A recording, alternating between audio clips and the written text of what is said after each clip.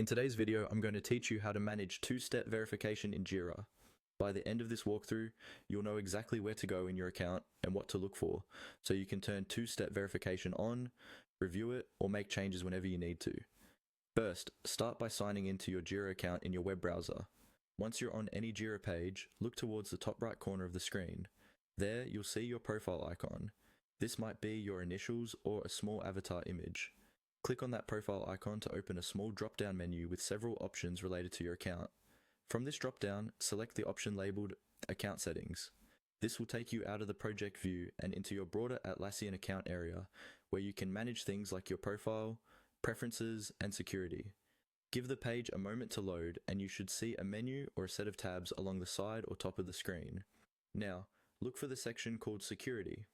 This is where Atlassian groups all of your security-related options, such as passwords, login methods, and of course, two-step verification. Click on Security to open that page.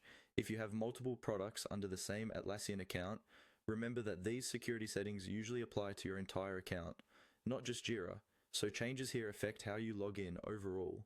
On the security page, scroll until you find the area labeled two-step verification or something very similar. Next to it, you'll see a link or button that says Manage Two-Step Verification. Go ahead and click on that.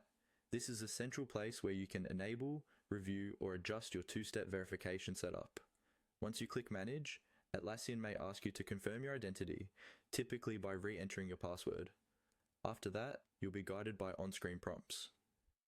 Follow those prompts carefully. They might include steps like choosing an authenticator app, scanning a QR code,